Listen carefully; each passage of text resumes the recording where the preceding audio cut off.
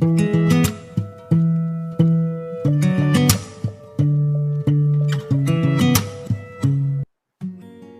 everyone, myself Yuvraj. Once again, you all are welcome to our learning platform, The Resolution, where you can ask and learn. So दोस्तों, आज हम solve करेंगे UPSC pre 2019 का question paper. इससे पहले कि हम शुरू करें, मैं आप सभी को बता देना चाहूँगा कि यह क्वेश्चन पेपर 4 पार्ट में आएगा, जिसके अंदर 25 क्वेश्चंस पर ईच वीडियो आपको मिलेंगे। तो पहले इस वीडियो के अंदर हम फर्स्ट 25 क्वेश्चन सॉल्व करने जा रहे हैं। So let's begin.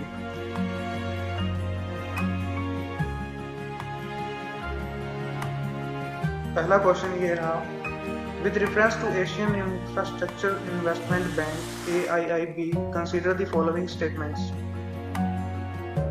First, AIIB has more than 80 member nations. Second, India is the largest shareholder in AIIB. Third, AIIB does not have any members from outside Asia. तो हमें इन नीचे दी गए option में से एक करेक्ट ऑप्शन ढूंढना है। इसमें से सही ऑप्शन होगा पहला, मतलब ए वाला ऑप्शन ये रहा। तो चलिए इसके बारे में थोड़ा डिटेल में डिस्कस करते हैं। यहाँ आप देख सकते हैं AIIB का लोगो, और इसका हेडक्वार्टर इस पिक्चर में आप देख रहे हैं कि हेडक्वार्टर जो है चाइना के अंदर बीजिंग शहर के अंदर है, ये रहा। और इसके फाउंडिंग मेंबर्स के नाम यहाँ दे रखे हैं। ये सभी जो हैं ये फाउंडिंग मेंबर्स हैं AIIB बैंक के। दोस्तों, AIIB एक डेवलपमेंट बैंक है जो कि लोन देता है कुछ एक सेक्टर्स में, जैसे कि energy,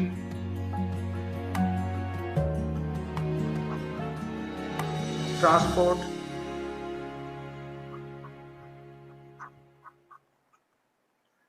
urban construction,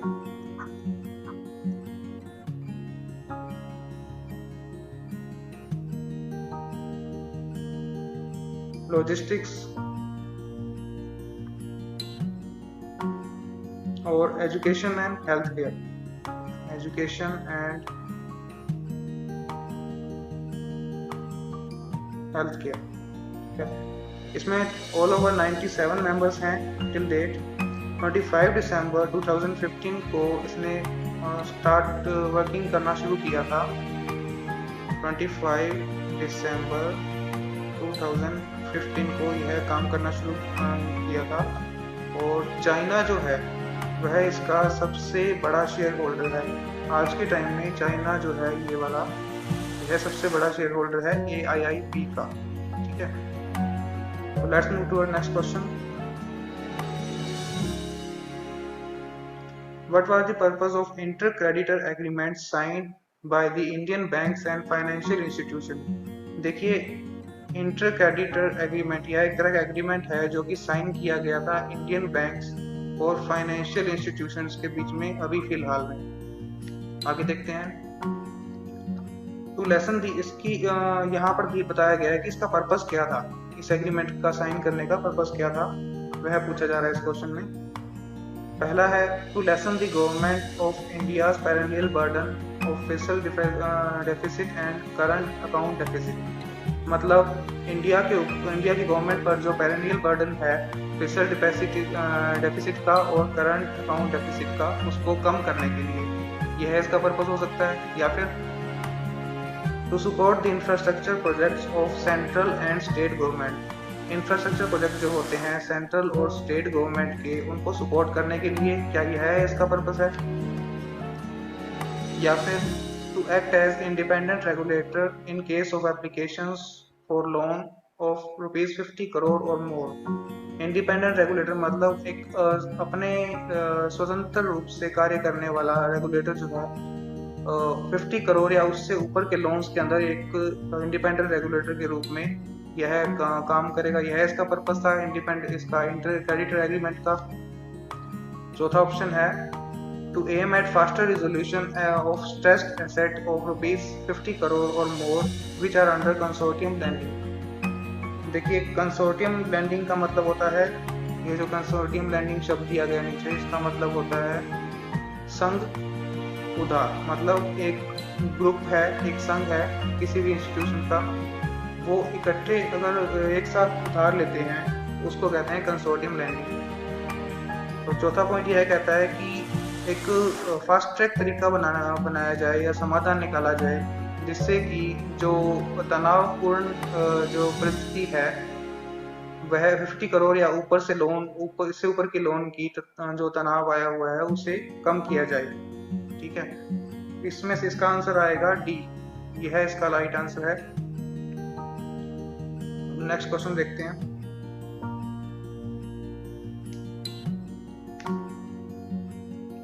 The chairman of public sector banks are selected by, जो पब्लिक सेक्टर बैंक हैं उनके चेयरमैन कैसे सेलेक्ट किए जाते हैं या किन के द्वारा सेलेक्ट किए जाते हैं? तो पहला ऑप्शन है बैंक बोर्ड ब्यूरो, दूसरा reserve bank of India RBI, तीसरा यूनियन मिनिस्ट्री ऑफ फाइनेंस, चौथा है मैनेजमेंट ऑफ कंसर्न बैंक। तो दोस्तों इसका सही आंसर होगा बैंक बोर्ड ब्यूरो। ठीक है, बैंक बोर्ड ब्यूरो को शॉर्ट फॉर्म में लिखते हैं BBB। यह एक ऑटोनोमस बॉडी है इंडियन गवर्नमेंट की, जिसे बनाया गया है इम्प्रूव करने के लिए पब्लिक सेक्टर बैंक की गवर्नेंस को। मतलब पब्लिक सेक्टर बैंक की जो गवर्नेंस होती है उसका चलाने का जो वे है उसको, उसकी गवर्नेंस को इम्प्रूव करने के लिए 2016 फरवरी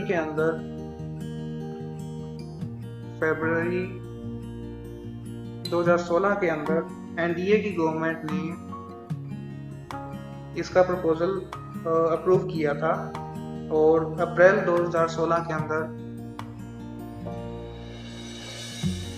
इसका फंक्शनिंग जो है वो शुरू हो गया था। अभी करंटली इसके चेयरमैन जो हैं वो है भानु प्रताप शर्मा।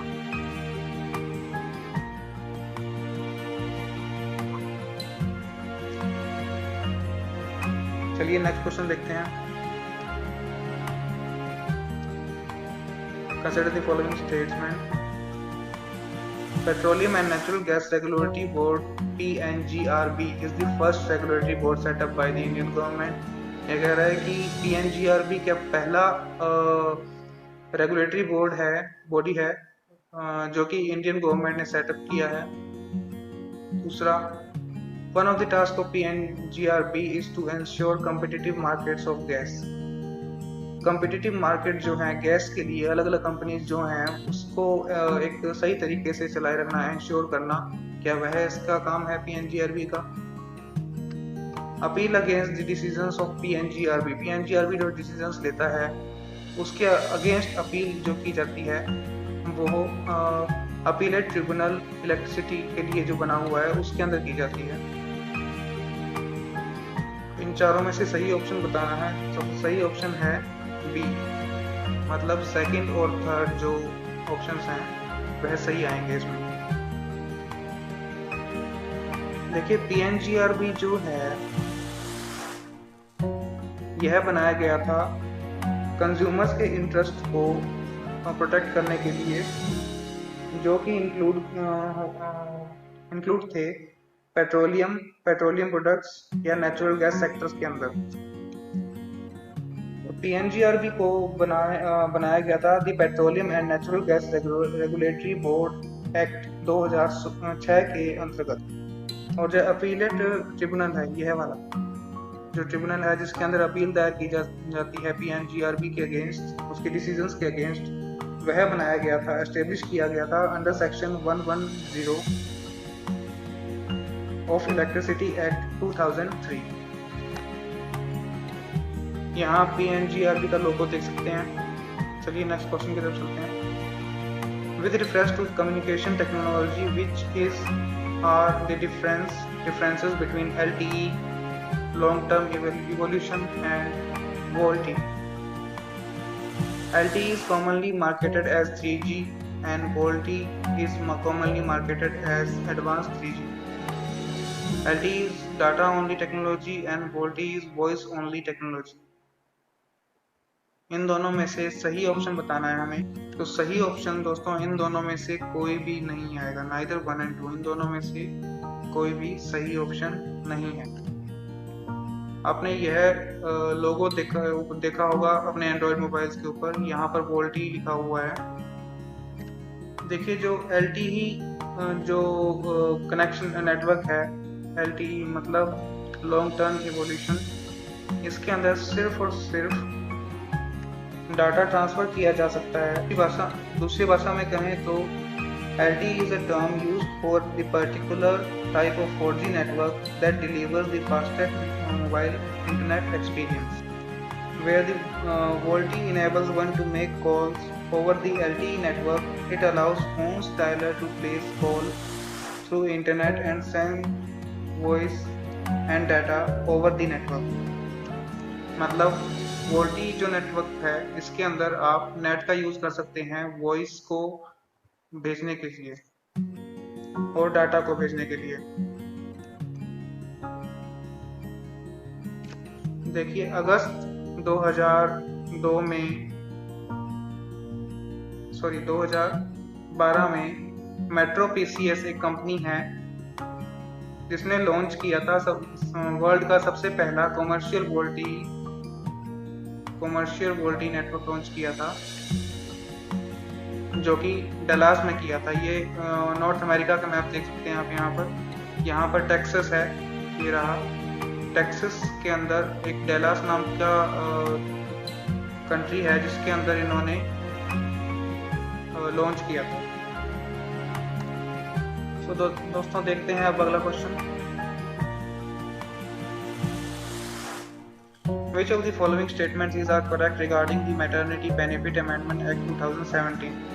मैटरनिटी बेनिफिट मतलब जो मादाएं गर्भावस्था में होती हैं और जॉब कर रही होती हैं उनके लिए एक एक्ट बनाया गया था ताकि कुछ एक उनको बेनिफिट्स मिल सकें। आइए देखते हैं। Pregnant women are entitled for 3 months pre-delivery and 3 months post-delivery paid leaves.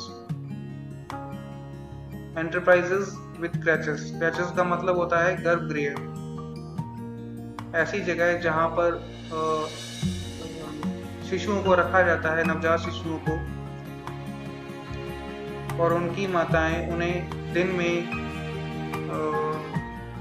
6 time visit कर सकती हैं। Women with two children get reduced entitlements. इसका मतलब यह है कि ऐसी महिलाएं जिनके 2 से ज़्यादा बच्चे होते हैं या 2 बच्चे होते हैं उन्हें कम सुविधाएं प्राप्त होती हैं। इनमें से सही कौन सा है according to maternity benefit amendment act 2017 के अकॉर्डिंग? ठीक है, इनमें से सही ऑप्शन होगा सी, थर्ड। सिर्फ थर्ड वाला जो ऑप्शन है वह सही है। चलिए मैटरनिटी बेनिफिट अमेंडमेंट एक्ट के बारे में जानते हैं। इस एक्ट के अंतर्गत जो गर्भवती महिलाएं होती हैं, जो वुमेन एम्प्लॉइज होती हैं, उन्हें 26 वीक्स की मैटरनिटी लीव दी जाती है। और उन गर्भवती महिलाओं को जिनको 2 से अधिक बच्चे या 2 बच्चे होने की संभावनाएं होती हैं उनको 12 सप्ताह की पेड मैटरनिटी लीव दी जाती है। पेड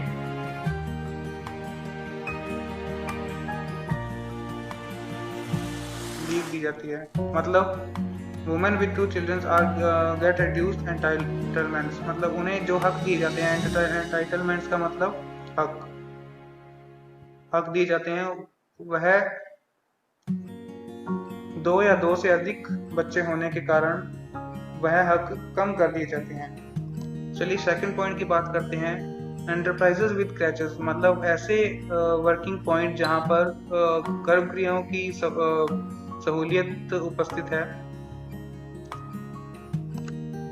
वे गर्भवती महिलाओं को कम से कम एक दिन के अंदर 6 विजिट जरूर दें, पर यह सही नहीं है।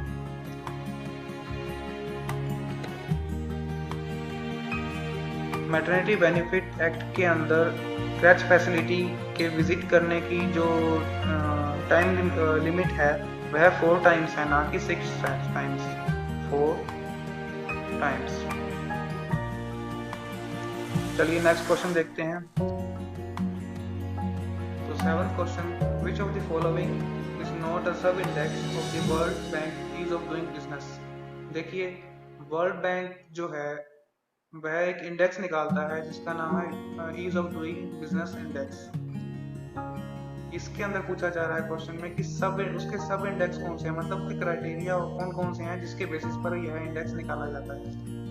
पहला पॉइंट देखते हैं, maintenance of law and order, paying taxes, registering property, dealing with construction permits. ठीक है, इन चारों में से सही ऑप्शन बताना है। तो इसका सही आंसर होगा first, maintenance of law and order. देखिए यह इंडेक्स जो है ease of doing business index, यह क्या शो करता है कि वर्ल्ड में जितनी भी कंट्रीज हैं उसके अंदर ग्लोबल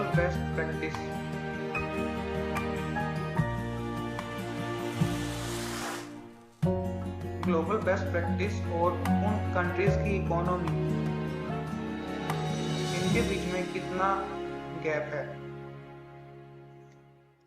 और इस गैप को डिसाइड करने के लिए इस इंडेक्स के अंडर 10 इंडिकेटर्स या फिर कह सकते हैं 10 क्राइटेरिया इंक्लूड किए गए हैं, जिनमें से पहला है स्टार्टिंग अ बिजनेस, दूसरा डीलिंग विद कंस्ट्रक्शन परमिट, तीसरा getting electricity, fourth getting registering property, getting credit, protecting minority investors, paying taxes, trading cross borders, enforcing contracts and last resolving insolvency. Insolvency का मतलब होता है दिवालियापन, दिवालियापन का समाधान निकालना, यह इसका मतलब है रिजॉल्विंग इंसॉल्वेंसी का। यह हो गए 10 क्राइटेरिया जो कि इंक्लूड होते हैं सब इंडेक्स में वर्ल्ड बैंक के ease of doing business index के अंदर। इसका आंसर देख सकते हैं, maintenance of law and order in 10 sub indexes में नहीं इंक्लूड है, तो यह हमारा आंसर होगा। सो नेक्स्ट क्वेश्चन,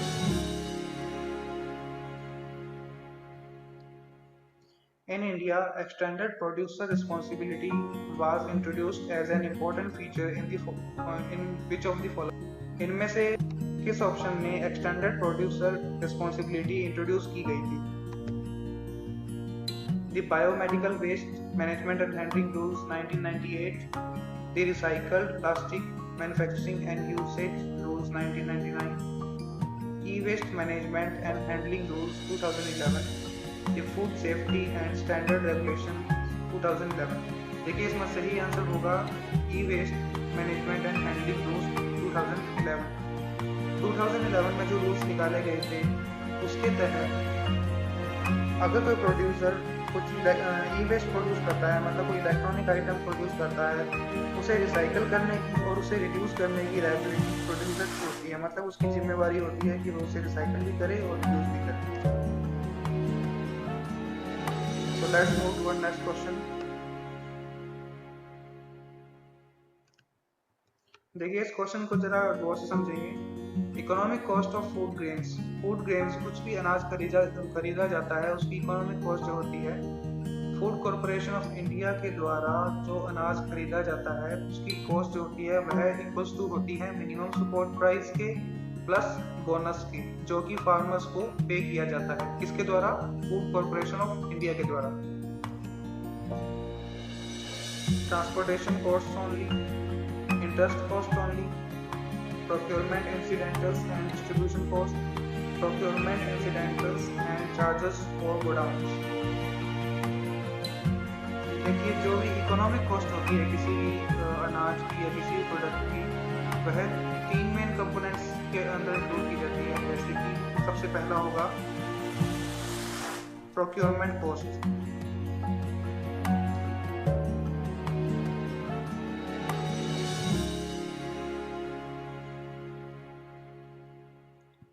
सेकंड होगा procurement price, and third one is distribution cost.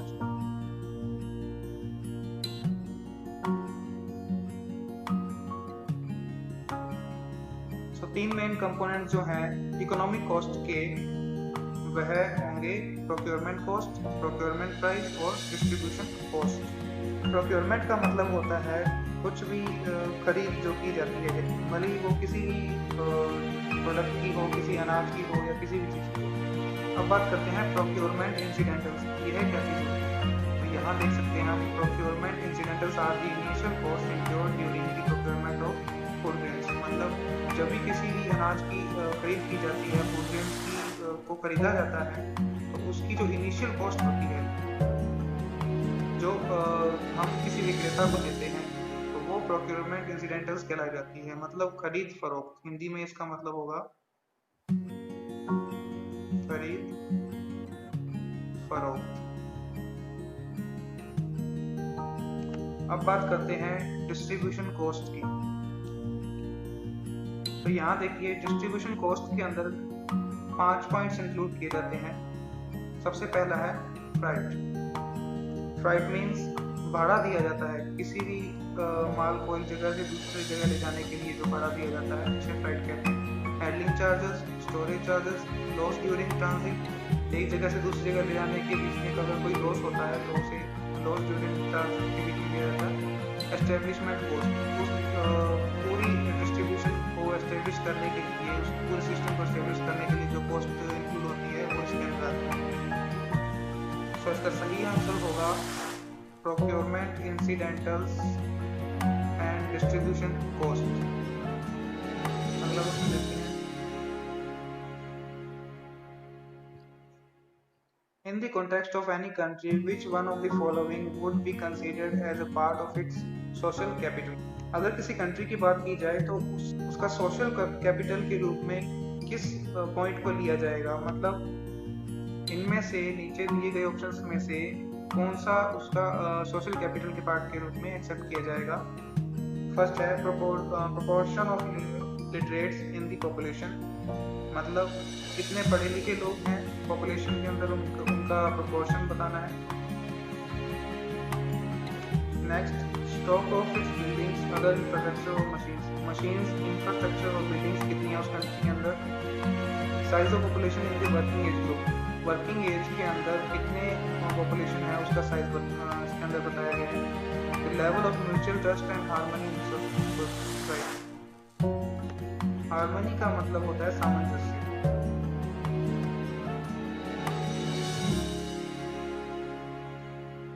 So friends इसके अंदर इसका करेक्ट ऑप्शन होगा D, the level of mutual trust और and harmony in the society.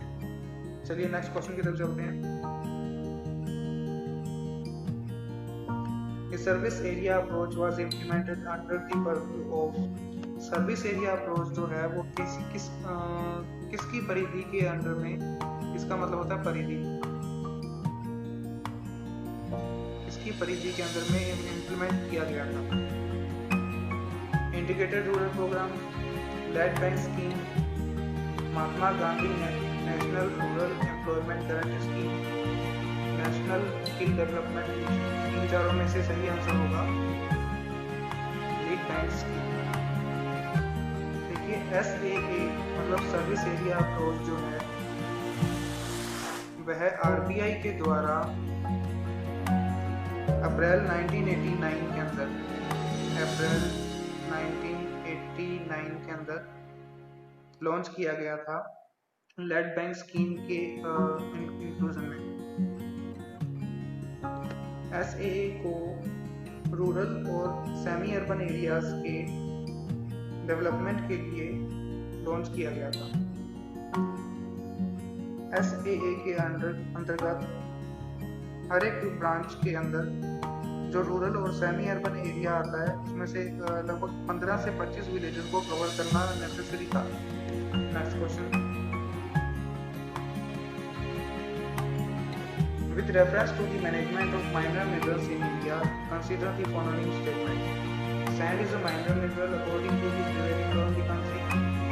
State governments have the power to grant mining leases of minor minerals, but the power regarding The formation of rules related to the grant of minor minerals lie with the central government. State government have the power to frame rules to prevent illegal mining of minor minerals. इन तीनों में से सही option कौन कौन से हैं हमें बताने हैं। तो सही ऑप्शन होगा first A 1 and 3। Sand is a minor mineral according to the prevailing law in the country, and state government have the power to frame rules to prevent illegal mining of minor minerals. State government के पास power है कि वह illegal mining को prevent कर सकती है, laws बना सकती है उसके अगेंस्ट। देखिए सैंड जो है वह माइनर मिनरल इस लॉ के अंतर्गत डिसाइड किया गया था कि ये minus mines and mineral development and regulation act 1957 के अंतर्गत सैंड को, मिट्टी को एक माइनर मिनरल के रूप में घोषित किया गया।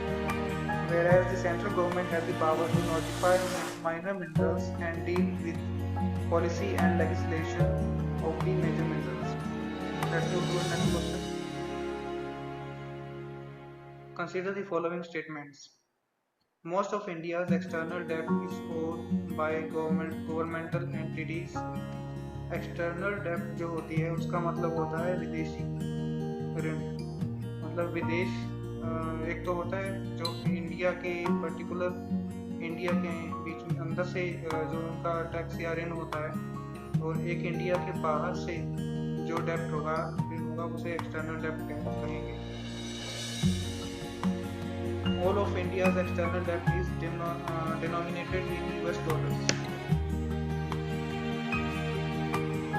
So guys, India's external debt is the total debt which the country owes to foreign creditors such as private banks, foreign governments, and international financial institutions like International Monetary Fund, या short form में हम उसे लिखते हैं IMF,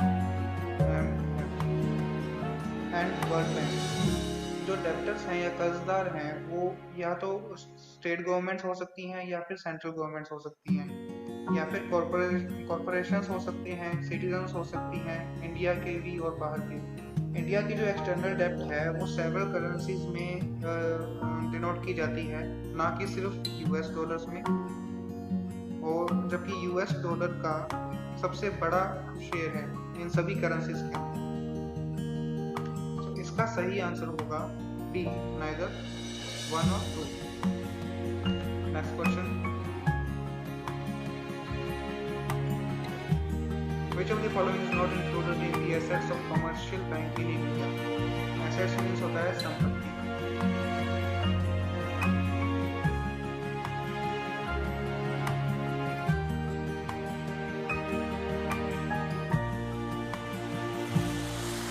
यह question पूछ रहा है कि इनमें से कौन सा ऐसा ऑप्शन है जो कि कमर्शियल बैंक ऑफ इंडिया की संपत्ति में इंक्लूडेड नहीं होता है।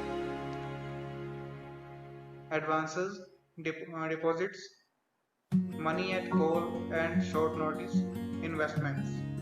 इसका आंसर होगा बी, डिपॉजिट्स। देखिए एसेट्स जो कमर्शियल बैंक इंडिया के जो कमर्शियल बैंक्स हैं उनके एसेट्स के अंदर यह 5 चीजें आती है: cash in hand, investments, loans, advances, bills discounted and purchased.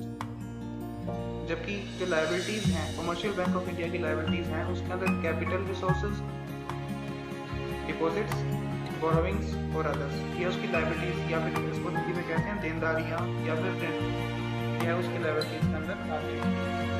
Next question,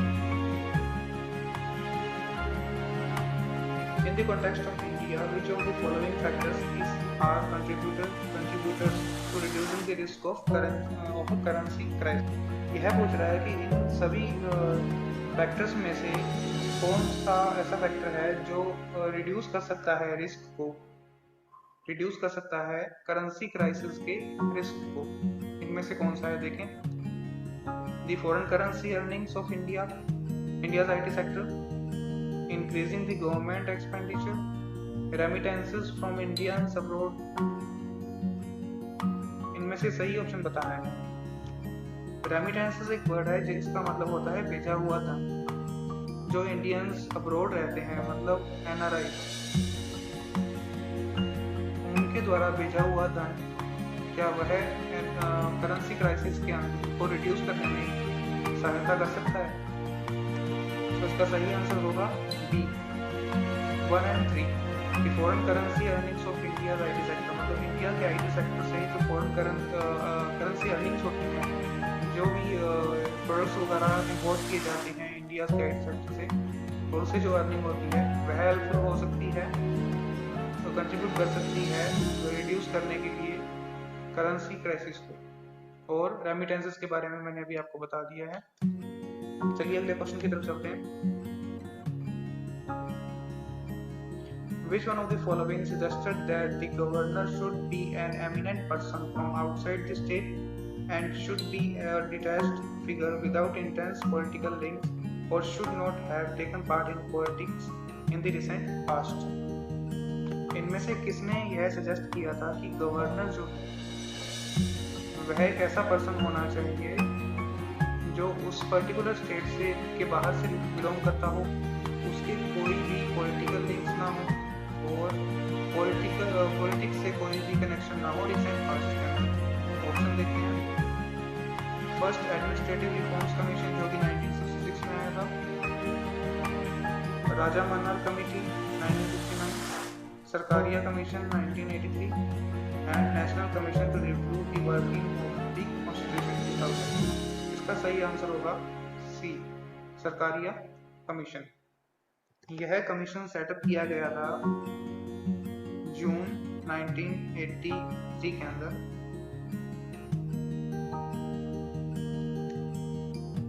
state और सेंट्रल गवर्नमेंट्स की रिलेशनशिप को एग्जामिन करने के लिए। चलिए next question. Which of the following is issued by registered foreign portfolio investors to overseas investors who want to be a part of the Indian stock market without registering themselves directly? इस question को जरा ध्यान से समझिए। Registered foreign portfolio investors, इसको मैं short form में लिख रहा हूँ, रजिस्टर्ड फॉरेन पोर्टफोलियो इन्वेस्टर्स, इनके द्वारा ऐसा क्या इशू किया जाता है किनको? ओवरसीज इन्वेस्टर्स को, मतलब जो फॉरेन इन्वेस्टर्स हैं जिनकी रजिस्ट्री नहीं है, जो रजिस्टर्ड नहीं है, उनको ऐसा क्या इशू किया जाता है ओवरसीज इन्वेस्टर्स को, जिससे कि overseas investor Indian stock market के अंदर अपना हिस्सा दे सके, अपने उसमें भागीदारी ले सके। चलिए ऑप्शन देखते हैं। Certificate of deposit, commercial paper, promissory note, participatory note. इनमें से सही आंसर होगा पार्टिसिपेटरी नोट। यहाँ आप देख सकते हैं कि पार्टिसिपेटरी नोट किस तरह कार्य करता है। जैसे कि एक यूके बेस्ड इन्वेस्टर है, उसने एक्स नंबर ऑफ शेयर खरीदे, वह खरीदना चाहता है, ठीक है। फॉरेन ब्रोकिंग हाउस, जो यूके का फॉरेन ब्रोकिंग हाउस है, वह इन शेयर्स को खरीदेगा। उसके बाद में फॉरेन ब्रोकिंग हाउस इंडिया का, यहाँ पर यूके का था, यहाँ पर इंडिया, तो इंडिया इन शेयर को खरीदेगा, एक्स शेयर ये रहे, और उसके बाद में यह रिटर्न होता हुआ confirmation of shares purchase confirm हो जाता है इंडिया से। उसके बाद में यूके से कंफर्म होने के बाद में यूके का जो फॉरेन ब्रोकिंग हाउस है वह पार्टिसिपेटरी नोट इशू करता है, एक्स शेयर्स उसके अंदर जो होते हैं वह उस इन्वेस्टर को इशू करता है। कौन? यूके का ब्रोकिंग हाउस। चलिए नेक्स्ट क्वेश्चन देखें। Consider the following statements. As per law, the Compensatory Afforestation Fund Management and Planning Authority exists at both national and state levels. People's participation is mandatory in the Compensatory Afforestation Program carried out under the Compensatory Afforestation Fund Act 2016. इनमें से कौन सा सही option है, हमें यह बताना है। पहले ऑप्शन में यह कहा जा रहा है कि जो कंपेंसेटरी अफॉरेस्टेशन फंड मैनेजमेंट और प्लानिंग अथॉरिटी जो है, इसको शॉर्ट फॉर्म में कैंपा भी कहते हैं, यह एग्जिस्ट करती है बोथ नेशनल और स्टेट लेवल के ऊपर। दूसरे ऑप्शन में यह बोला जा रहा है कि पीपल का पार्टिसिपेशन मैंडेटरी यानी कंपलसरी होता है इस प्रोग्राम्स में, ऐसे प्रोग्राम्स में जो अफॉरेस्टेशन प्रोग्राम यह अथॉरिटी चलाती है। ठीक है, इनमें से सही ऑप्शन बताना है हमें। सही ऑप्शन होगा ओनली वन। यहाँ से देखें तो सिर्फ ए। कैंपा एक ऐसी अथॉरिटी है जो सेटअप की गई थी बोथ सेंट्रल और स्टेट लेवल्स के ऊपर। उसका रीज़न यह था कि जो फॉरेस्टेड लैंड है जो कि नॉन फॉरेस्ट पर्पस के लिए डाइवर्ट किया जा रहा है, उसके लिए जो फंड्स एकत्रित होते हैं उनका शीघ्र और पारदर्शी रूप से उनको यूटिलाइज किया जा सके। उन फंड्स को जो फॉरेस्टेड लैंड को नॉन फॉरेस्ट पर्पस के लिए डाइवर्ट करने पर तो इकट्ठे किए जाते हैं फंड्स। यहाँ पर एक शब्द है कंपनसेटरी एफॉरेस्टेशन। इसका यह मतलब होगा, एफॉरेस्टेशन होता है कि जंगलों को खत्म करना या पेड़ों को काटना। सो कंपनसेटरी एफॉरेस्टेशन का मतलब होगा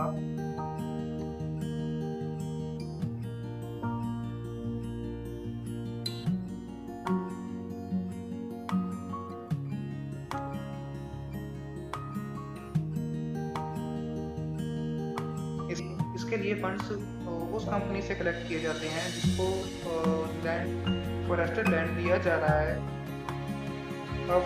नॉन फॉरेस्ट पर्पस के लिए। मतलब वो कंपनी वो फंड पे करेगी गवर्नमेंट को या फिर जो भी अथॉरिटी है जिन्हें ये फॉरेस्टेड लैंड दिया जा रहा है। चलिए नेक्स्ट क्वेश्चन लेते हैं। In India which of the following review the independent regulators in sectors like telecommunication, insurance, electricity, etc. Question में पूछा जा रहा है कि इंडिया के अंदर इनमें से कौन सी ऐसा पॉइंट है या कमिटी है या समिति है जिसके अंदर जो इंडिपेंडेंट रेगुलेटर के रूप में काम कर रही है। कौन से फील्ड में? Telecommunication, insurance, electricity etcetera. आइए ऑप्शन देखते हैं।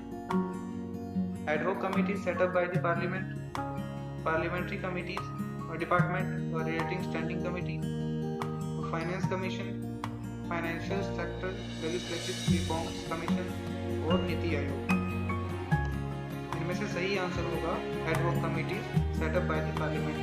यहाँ हम सब जानते हैं कि ad hoc committees ऐसी कमिटीज होती हैं जो टेम्पररी बेस पे सेट की जाती हैं पार्लियामेंट के द्वारा, जबकि स्टैंडिंग कमेटी जो होती है वह ईयरली या एनुअली पर्पस से सेट की जाती है, मतलब 1 ईयर में सेट की जाती हैं।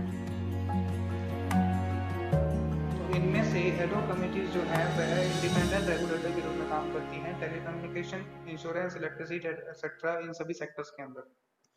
नेक्स्ट क्वेश्चन जी, इसके अंदर सेकंड ऑप्शन भी ट्रू होगा, तो यहाँ पर हमारा ए ऑप्शन सही होगा। इसमें parliamentary department related standing committees जो है वह भी इंडिपेंडेंट रेगुलेटर्स के रूप में काम करती है। ठीक है, तो ये दोनों ऑप्शन सही होंगे।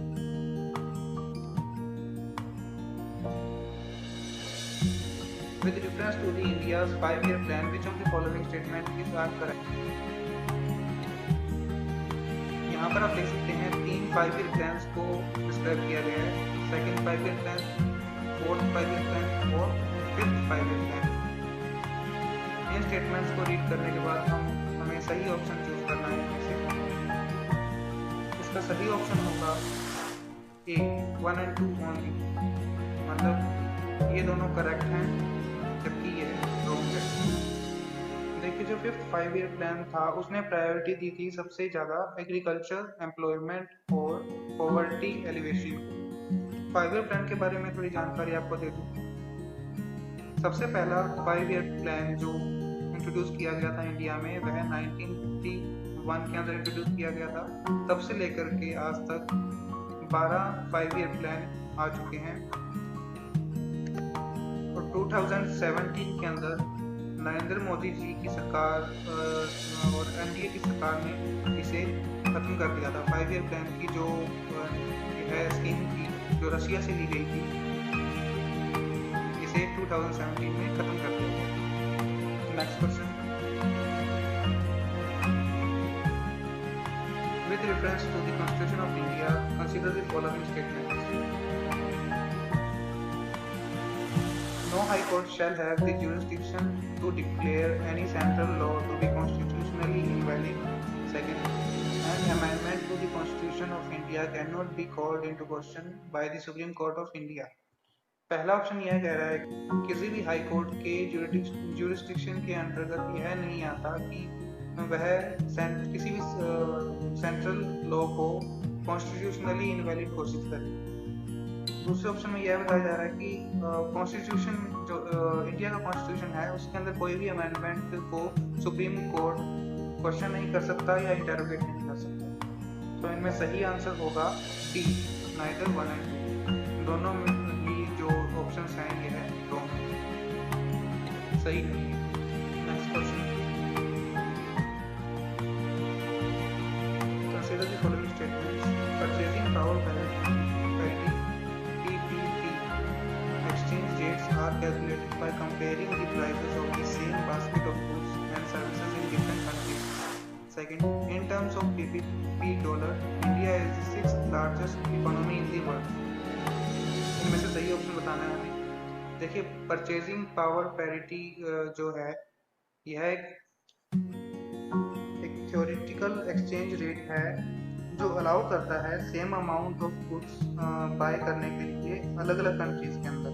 मतलब अलग अलग जो गुड्स हैं, जो प्रोडक्ट्स हैं, अलग अलग कंट्रीज के अंदर उन्हें सेम अमाउंट पर बाय करने के लिए ये पीपीपी जो एक तरह का एक्सचेंज रेट है वह अलाउ करता है। पीपीपी एक थ्योरेटिकल रेट है क्योंकि किसी भी गवर्नमेंट ने इसको आज तक एक्सेप्ट नहीं किया है और लागू नहीं किया। It is only used by government agencies to compare the output of countries that use different exchange rate. In other words, it basically describes what would a thing cost if it was sold in the US dollars. जो PPP rate है उसे calculate करने का जो हक है वो world bank करता है। देखिए, पीपीपी जो है वह इकोनॉमिक प्रोडक्टिविटी किसी कंट्रीज अलग अलग कंट्रीज की और उनकी स्टैंडर्ड ऑफ लिविंग के बीच में कंपैरिजन बताता है कैसे किस तरह। पीपीपी के बेस पर चाइना जो है वह फर्स्ट पोजीशन पे है 2018 के अकॉर्डिंग बता रहा हूँ। सेकेंड नंबर पर था यूनाइटेड स्टेट्स और इंडिया जो है वह थर्ड नंबर पर था, ना कि 6th नंबर पर। तो इसका सही ऑप्शन होगा only one.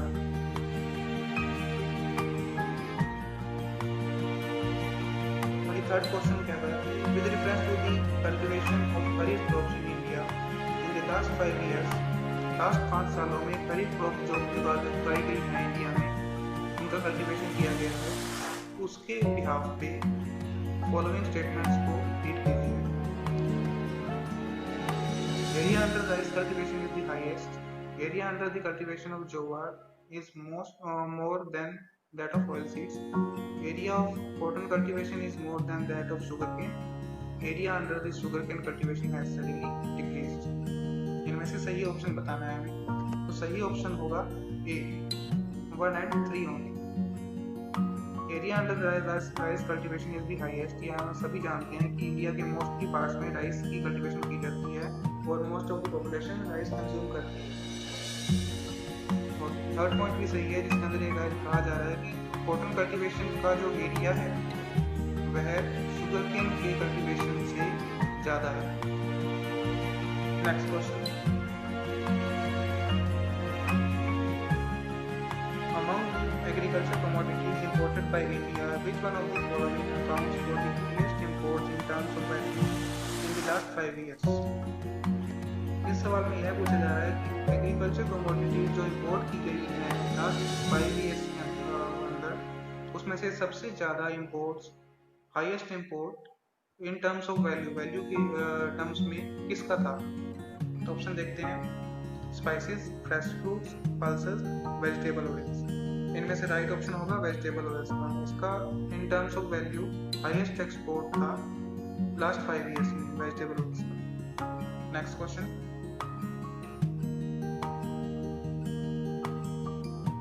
in the context of quality, which one of the following would you accept as the most appropriate definition of liberty? यह क्वेश्चन पूछना चाह रहा है कि क्वालिटी के संदर्भ में डेफिनेशन स्वतंत्रता, लिबर्टी की डेफिनेशन क्या होगी? सबसे अप्रोप्रिएट डेफिनेशन आपको कौन सी लगती है क्वालिटी के संदर्भ में? ऑप्शन देखते हैं। Protection against the tyranny of political rulers, absence of restaurant, opportunity to do whatever you like, opportunity to develop oneself fully। इनमें से सही ऑप्शन होगा B, absence of restraint. Restraint मतलब होता है अंकुश।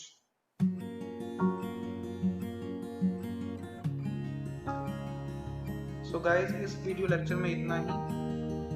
अगर आप अगले 25 क्वेश्चंस देखना चाहते हैं तो हमारे चैनल को लाइक करिए, सब्सक्राइब करिए और शेयर करना ना भूलें। Thank you everyone, stay tuned and keep watching।